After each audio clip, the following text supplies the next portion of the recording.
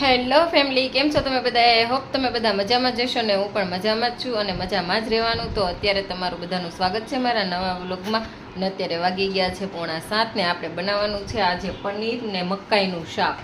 તો મેં અહીંયા છે ને બધી તૈયારી કરી નાખી છે. જો અહીંયા મકાઈ બાફી લીધી છે અને ગ્રેવી માટે કાંદા, ટમેટા, આદુ, લસણ અને મરચાં ખરખું કરી નાખ્યું છે ને. આ છે પનીર અને આપણે લઈ આવ્યા છે અક્ષરનો ગ્રેવીનો મસાલો અને આપણે આરે બનાવવાના છે પરોઠા. ને હું છે ને ચા બનાવી હતી, મેં પહેલાં ચા પી લઉં પછી બધું પ્રિપરેશન કરું.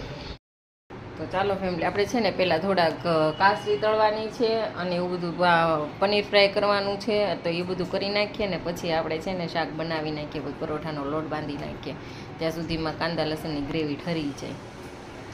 હેલો ફેમિલી, તો જો આપણું મકાઈ પનીરનું શાક બનીને તૈયાર થઈ ગયું છે ને આપણે બનાવી નાખ્યા છે આરે પરોઠા, છાશ અને આપણે બનાવ્યા છે ઘી ગરમ કર્યું હતું ને એમાંથી માવો નીકળો ને એનો ખાંડ નાખીને બનાવી નાખ્યો તો લસકો. અહીંયા છે ગુલાબજાંબુ અને કલરવ ખાય છે, ભીંડાનું શાક ને રોટલી.